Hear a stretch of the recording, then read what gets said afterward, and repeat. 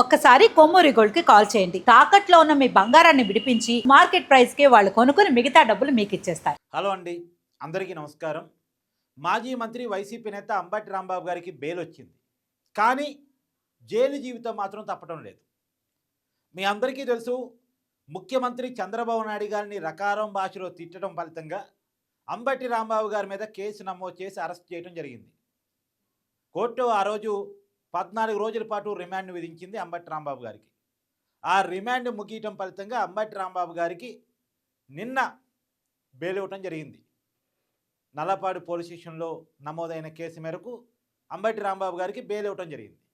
కానీ అంబటి రాంబాబు గారి మీద ఇతర కేసులు కూడా ఉండటం ఫలితంగా గతంలో పట్టాభిపురం పోలీస్ స్టేషన్లో పోలీసుల మీద దురుసుగా ప్రవర్తించారు అనేటువంటి కేసు మీద పీటీ వారెంట్ జారీ చేయటం, ఆ పీటీ వారెంట్ మీద మళ్ళీ అంబటి రాంబాబు గారు అరెస్ట్ అయ్యి మళ్ళీ అంబటి రాంబాబు గారికి 14 రోజుల రిమాండ్, అంటే ఈ నెల 22వ తారీఖు వరకు అంబటి రాంబాబు గారు మళ్ళీ రాజమండ్రి సెంట్రల్ జైల్లోనే గడపాల్సిన పరిస్థితి. ఇప్పుడు అరెస్ట్ అయ్యి జైల్లో ఉన్న కేసు ఏంటంటే 2025 నవంబర్ 12వ తారీఖున మెడికల్ కాలేజీల ఇష్యూ మీద వైసీపీ ఆందోళన కార్యక్రమాలు చేపట్టింది.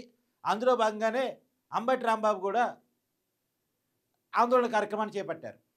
మెడికల్ కాలేజీల పీపీపీ విధానానికి వ్యతిరేకంగా వైసీపీ తీసుకున్న నిరసన కార్యక్రమాల్లో భాగంగా అంబటి రాంబాబు గారు కూడా నిరసన కార్యక్రమాన్ని చేపట్టారు. చేపట్టిన క్రమంలో పోలీసులు ఏర్పాటు చేసినటువంటి బారికేడ్లను తోసేసి పోలీసులతో గొడవ పడ్డారు. పోలీసులతో దురుసుగా ప్రవర్తించారు. అక్కడ సిఐనో ఎస్ఐనో గట్టిగా గదమాయించారు. ఏం చేస్తావు అని పళ్ళు కొరుక్కుంటూ మీదకెళ్ళారు. ఆ వీడియో కూడా అప్పట్లో చాలా పెద్ద ఎత్తున వైరల్ అయింది. ఒక సర్కిల్ ఇన్స్పెక్టర్ అంటే లెక్క లేకుండా ఆయన మీద కొట్టాడికెళ్ళారు అంబటి రాంబాబు గారు. అప్పుడు పట్టాపురం పోలీస్ స్టేషన్లో కేసు నమోదైంది. ఆ కేసు విషయంలో ఇప్పుడు పీటీ వారెంట్ జారీ చేసి మళ్ళా ఆ కేసులో 14 రోజుల పాటు రిమాండ్ కోర్టు విధించడం జరిగింది. మొత్తానికి మళ్ళీ రాజమండ్రి సెంట్రల్ జైల్లో గడుపుతున్నారు అంబటి రాంబాబు గారు. మొత్తానికి అంబటి రాంబాబు గారి మీద పాతవి ఒక 16 కేసులు, ఇప్పుడు ఏకంగా చంద్రబాబు నాయుడు గారిని తిట్టిన కేసులు ఒక 30 పైన ఉన్నాయి.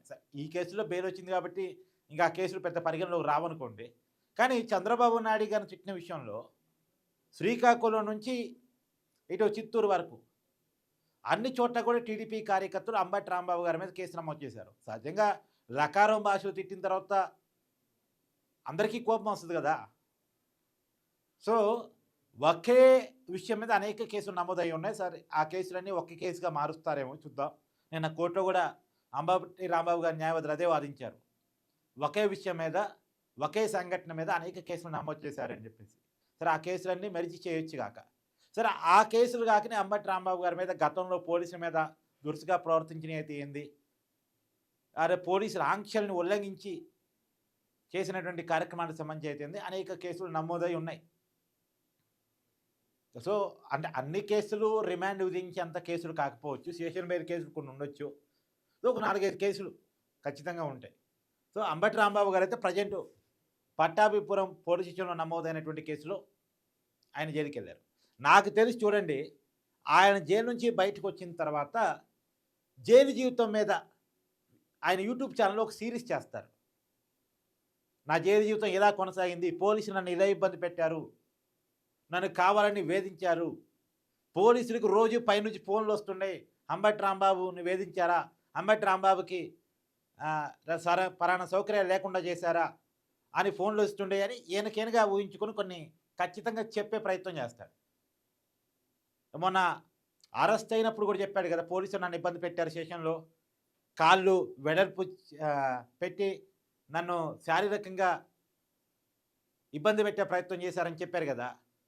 అలాంటి ఖచ్చితంగా బయటకు వచ్చిన తర్వాత తన యూట్యూబ్ ఛానల్లో వీడియో చేస్తారు. ఆయనకి సానుభూతి వచ్చేలాగా, సానుభూతి కోసం పరితపిస్తున్నారు అంబటి రాంబాబు గారు కావచ్చు, వైసీపీ నాయకులు కావచ్చు. నిన్న కూడా చూడండి, అదే కోర్టుకు వచ్చిన క్రమంలో అక్కడికి వచ్చినటువంటి వైసీపీ కార్యకర్తలకి అభివాదం చేస్తున్నారు. ఏదో ప్రజా సమస్యల కోసం పోరాడి జైలుకి వెళ్ళినట్టు, ఏదో ప్రజల కోసం అరెస్ట్ అయ్యి జైలు జీవితాన్ని గడుపుతున్నట్టు ఆయన చేతులు ఊపటం కానీ, ఆయన పరిభాష కానీ, ఆయన సానుభూతి కోసం పరితపిస్తున్నారు. సానుభూతి కోసం పరితపిస్తున్నారు. నిజానికి అంబటి రాంబాబు గారు ఇదంతా కావాలనే చేశారు అనటానికి కొన్ని క్లియర్ కట్ ఏందంటే, ఆ రోజు కూడా దాడి జరగాలని అంబటి రాంబాబు గారు గట్టిగా కోరుకున్నట్టు కనపడతా ఉంది. దాడి జరగాలని అంబటి రాంబాబు గారు గట్టిగా కోరుకున్నట్టుగా కనపడతా ఉంది. అంటే ఆ విజువల్ చూసినా, ఆ భాష చూసినా, అవతల వాళ్ళని రెచ్చగొట్టే విధానం చూసినా, ఇప్పుడు అంబటి రాంబాబు గారు తిట్టింది ఎవరు వీడియో చేశారు? అంబటి రాంబాబు గారు తిట్టింది ఎవరు వీడియో తీశారు? ఒక్కసారి ఆ వీడియోని మీరు క్రాస్ చెక్ చేసే ప్రయత్నం చేయండి. ఎవరో వెనకాలండి అంబటి రాంబాబు గారిని వీడియో చేస్తున్నారు. అంటే అంబటి రాంబాబు గారి మనుషులే అంబటి రాంబాబు గారిని వీడియో చేస్తున్నారు, వీడియో తీస్తున్నారు. అని ఇదంతా కావాలని చేసిందని అర్థం కావట్లేదా? పైగా సరే ఆ సంఘటన జరిగిన తర్వాత అయినా జరిగిన దాని మీద ప్రాశ్చాత్తాపం వ్యక్తం చేసి చంద్రబాబు నాయుడు గారికి క్షమాపణ చెప్పి ఇంకెప్పుడు అలా మాట్లాడను అని చెప్పుంటే వేరుగుండేది. కానీ ఆ ప్రెస్ మీట్లో కూడా ఏమాత్రం తగ్గకుండా అలా మాట్లాడకుండా ఉండాల్సింది అనే ఒక పదం వాడారు తప్ప ఒక క్షమాపణ చెప్పడం కానీ, మళ్ళీ పైగా చంద్రబాబు నాయుడు గారిని కాదు అని బుకాయిస్తూ ఒక మహిళను అన్నానని చెప్తూ నన్ను అరెస్ట్ చేస్తారా, చేసుకుని దమ్ముంటే అని ప్రభుత్వాన్ని హెచ్చరిస్తూ, పోలీసుల్ని హెచ్చరిస్తూ, టీడీపీ కార్యకర్తలకు హెచ్చరికలు జారీ చేస్తూ, అంటే ఆల్రెడీ ఆయన మాటల వల్ల రాజకీయం హీట్ ఎక్కిపోయింది.